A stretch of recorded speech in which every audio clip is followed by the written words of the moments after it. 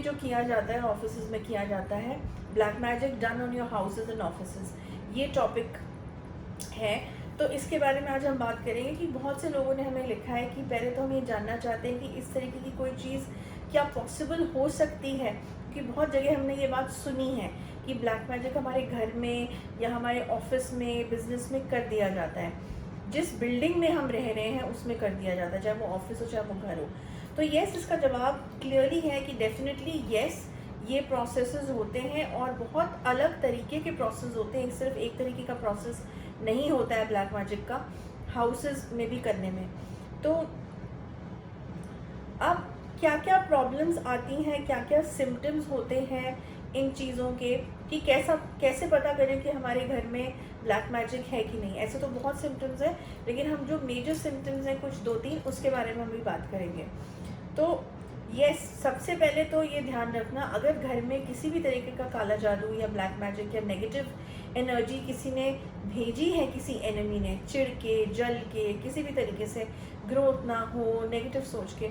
तो उस घर में कहते हैं ना, उस घर की शांति भंग हो जाएगी। That is one. Second, happiness नहीं होगी उस घर में, अननेसेसरी फाइट्स होंगी, अननेसेसरीली वहाँ पे क्योटिक सा एक एटमॉस्फेयर बना रहेगा, सफोकेशन ऐसा लगेगा, बंधा बंधा महसूस होगा, सर में बहुत दर्द होंगे। मतलब जैसे ही घर से बाहर हो you will be normal, but जैसे ही घर के अपने अंदर आओगे तो उस प्रेमाइसेस कि चारों तरफ इतनी हेवीनेस खुद को फील होगी कि अपने घर में उठना बैठना मुश्किल फील होगा, अनकंफर्टेबल, या इवन फॉर दैट मैटर बीमार पड़ सकते हैं, बुखार आ सकता है, तबीयत खराब हो सकती है, नींद नहीं आएगी। ऑफ कोर्स कुछ लोगों को नींद ना आने की प्रॉब्लम भी होती है, नॉर्मली भी प्रॉब्लम होती है, बट एक अलग तरीके की नींद ना आने की मैं बात कर रही हूँ, जिसमें आपको नींद तो आ रही है लेकिन आप बार बार रात को ऐसे जग रहे हैं, आपको झटके आ रहे हैं कि कोई बैठा है, कोई है, हम रूम में अपने अकेले नहीं हैं, या हमारे मैट्रेस पे आके कोई लेट गया है, बैठ गया है। इस तरीके की चीज़ें भी जो हैं वो फील हो सकती हैं। ओके, अब क्या चीज़ें हो सकती हैं कि कई बार ऐसा भी होता है, ये चीज़ मैं इनफैक्ट अपने इंग्लिश वाले वीडियो में बोलना ये पॉइंट भूल गई हूँ, तो जो लोग इस वीडियो को देख रहे हैं उनके लिए एक एडिशनल पॉइंट है कि जो हमारे कमरे की कबर्ड्स होती हैं, जो अलमारियाँ होती हैं जिसमें हम अपने कपड़े रखते हैं, वो भी कई बार हॉन्टेड होती हैं, वो भी कई बार जो है उसमें ब्लैक मैजिक किया जाता है, क्योंकि कपड़े हम क्या करते हैं, डायरेक्टली पहनते हैं, अपने शरीर पे पहनते हैं, तो उसमें भी ब्लैक मैजिक कर दिया जाता है। कोई चीज़ रख के, कोई रिलेटिव या कोई सर्वेंट या किसी के थ्रू रखवा दी जाती है वहाँ पे, छोटी सी पुड़िया में बांध के किसी भी चीज़ में, कि अब इस अलमारी में जितने कपड़े रखे जाएंगे और जो भी चीज़ रखी जाएगी और वो इंसान पहनेगा तो उसको डायरेक्ट उसके शरीर में और दिमाग में उसका असर होना शुरू हो जाएगा स्पीड तरीके से। या अगर कपड़े और इसमें नहीं भी किया है, एक और तरीके का ब्लैक मैजिक होता है जिसमें डायरेक्टली किसी इवल स्पिरिट को बिठा दिया जाता है आपकी अलमारी में। सो एवरी नाइट जब आप सोओगे तो ऑफ कोर्स समटाइम आपको लगेगा कि मेरी अलमारी खुल गई है, मैंने तो बंद रखी थी, ये खुल कैसे गई मेरी अलमारी। तो धीरे धीरे धीरे जो है वो एंटिटी सामने अपने दर्शन देने लगती है, अब सामने डराती है ताकि हार्ट अटैक हो जाए, कुछ हो जाए। डर से भी मृत्यु हो जाती है भाई, डर से भी लोगों की डेथ हो जाती है। इसमें किसी को चाकू से या गन से मारने का ज़रूरत नहीं है, डर से लोगों के हार्ट फेल्स हो जाते हैं, डर से इंसान का कई बार एक पूरे हिस्सा जिसको हम बोलते हैं पैरालिसिस होना, वो हो जाता है। तो ये सब तरीके हैं जो ईवल तांत्रिक्स होते हैं वो ये इस्तेमाल करते हैं, कि किसी को पता भी नहीं चलेगा, दिखेगा कुछ है नहीं, या तो इंसान अगर बताएगा भी तो उसे पागल समझेंगे, तो विन विन सिचुएशन है ईवल लोगों के लिए इस तरीके की। तो ये एक और ये पॉइंट था, मैं मिस कर गई कबर्ड वाला पॉइंट। दूसरा क्या था कि कोई पर्टिकुलर एरिया, मैंने बताया था अपनी वीडियो में कि एक पर्टिकुलर एरिया कई बार ऐसा होता है घर का, कोई रूम का एरिया होगा, कोई खिड़की होगी, दरवाज़ा होगा, या कुछ भी एरिया होगा, कोई चेयर होगी, जिसमें जब उस एरिया में बैठोगे, खड़े होगे या वहाँ पे रहोगे तो बहुत ज़्यादा हेवीनेस फील होगी। ऐसा लगेगा कि हाँ, हमको बंधन सा महसूस हो रहा है, या हमें सफोकेशन, सांस नहीं ली जा रही है ढंग से, या हमको बहुत एबनॉर्मल सा फील हो रहा है, या दिमाग बंद होने लगता है हमारा। तो कुछ ऐसे एरियाज़ भी होते हैं घर में जिसमें वो चीज़ ब्लैक मैजिक का असर बहुत ज़्यादा लगता है, नेगेटिव एनर्जीज़ का असर बहुत सबसे ज़्यादा वहाँ फील होता है। तो कुछ एरियाज़ ऐसे भी हमको विक्टिम्स ने जब लिखते हैं हमको जीमेल पे कि हमको ये प्रॉब्लम है, तो उसमें डिस्क्राइब की गई है ये प्रॉब्लम। ओके, ये बहुत रियलिस्टिक प्रॉब्लम्स मैं बता रही हूँ, ये बुकिश वाली प्रॉब्लम्स नहीं बता रही हूँ मैं। ये वो चीज़ें हैं, वो ये पॉइंट्स हैं जो लोगों ने लिखे हैं कि हमें ऐसा ऐसा महसूस हो रहा है और हमें लगता है कि हम पे कुछ कर दिया गया है या हमारे घर पे कुछ कर दिया गया है। ओके, अब किचन पे आ जाओ। किचन का एरिया वो एरिया है जहाँ पे मोस्टली जो है हमारा खाना बनता है और मैक्सिमम टाइम हमारा स्पेंड होता है। जो फैमिलीज़ होती हैं उनकी, बैचलर्स की बात नहीं कर रही हूँ मैं, फैमिलीज़ जब रहती हैं तो किचन में कुछ ना कुछ बनता रहता है, कभी बच्चे, कभी हस्बैंड वाइफ का, कभी पेरेंट्स का। So it's an on and off area when you always there mostly.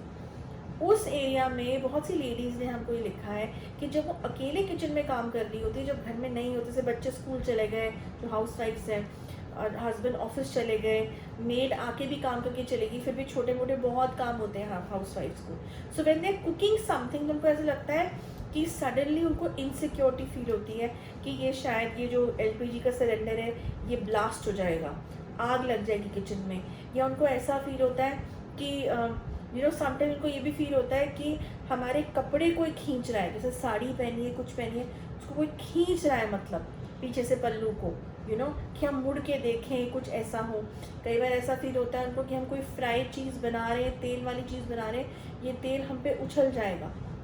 ऐसे उनको दिमाग में फीलिंग आती है और महसूस होता है उनको।